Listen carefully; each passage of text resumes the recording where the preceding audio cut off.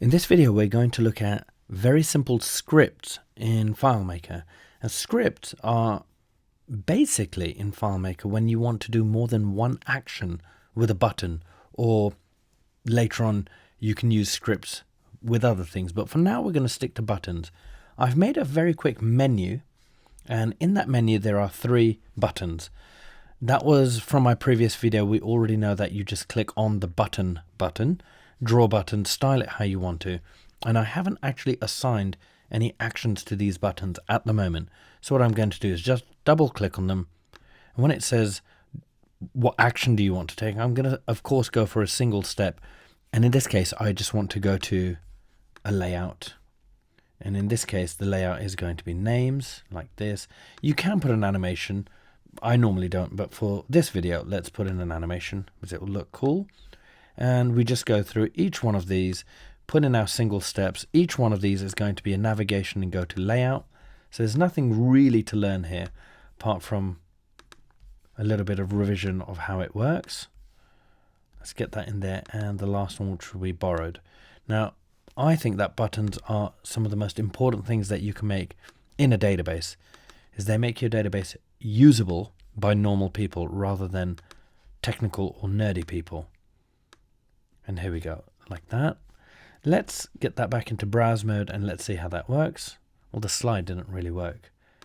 I'll go back to the menu here, the books, and if we go to the menu, borrowed, and that works as well. Obviously, we can't get back to the menu from any of these pages. We can fix that later by putting buttons in each one of our layouts to make sure we can go back to the menu. Now, for this video, we're looking at scripts.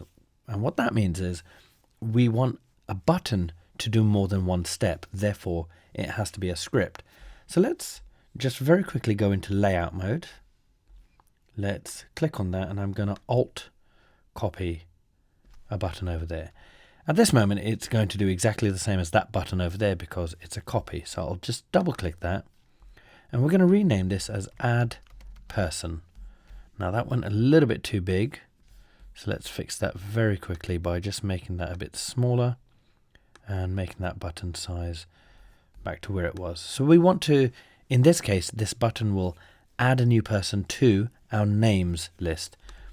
In that case, there is no real single step, because if we think about it, when we click on this button that says Add Person, what it will have to do is go to the names table, then it has to make a brand new record, and then we fill in all the details. And at this moment, we can only do one step, which is either go there or make a new record. So if we go back to the menu, we'll just double click this button, and over here where it says single step, we are now going to perform a script. It's going to ask us which script would this be, because of course we don't have one. So we're going to add a new script.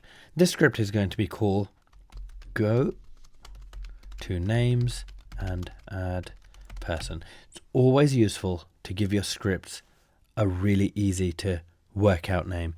You don't want to put something cryptic and then 10 minutes later try to figure out what that script was actually about. And in this case, we're going to do those 2 steps. In the navigation, we're going to go to the layout, which is going to be the names.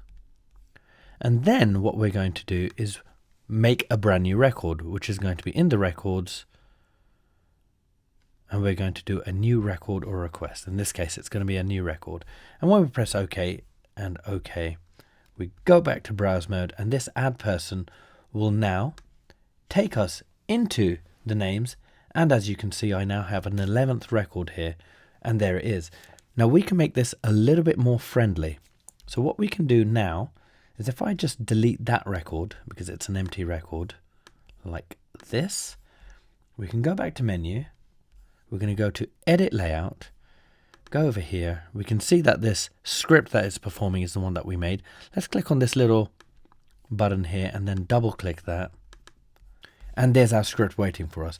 Now I think there's a chance of making this script even more user friendly.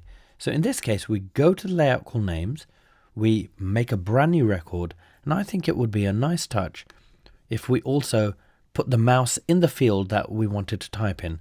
So we're going to say go to field, and over here we're going to say go to target field, and that's going to be in the names, and I'm going to put it in the first name one like this. press OK, go back to browse mode, and we'll just try that one more time. And you can see that's quite friendly because our first name is now flashing so that we can type in the name of the person who's joining our library. Now while we're at it, I'm not quite happy with this library number because after a couple of thousand members, this library number is going to be a real pain to either figure out what that next number is or not repeat somebody else's number. So I think we should fix that as well right now. We'll go into layout mode. We're going to go into manage and database. And over here, where it says library number, I'm going to click on it, go to the options, and in this case, we are going to make this a serial number. Now, the problem is I can't remember the last serial number of our last visitor. So what we'll do is very quickly just go to browse mode. We're going to go here, and we'll see that we're up to 100010 like this. That's Amy Adams over there. So what we're going to do is, let me just put it back to that view, go back to manage and database, and we'll go back to the library number, go to our options, make it a serial number. Our next value is going to be 100011, and each time we create a new record, it's going to increment it, it's going to increase it by 1. Now obviously, this would have been a good thing to do before we open the library so that every single member would get an automatically generated serial number. So if we press OK to that, let's have a look. Let's go back to our menu. Let's go back to browse mode and let's click on add person.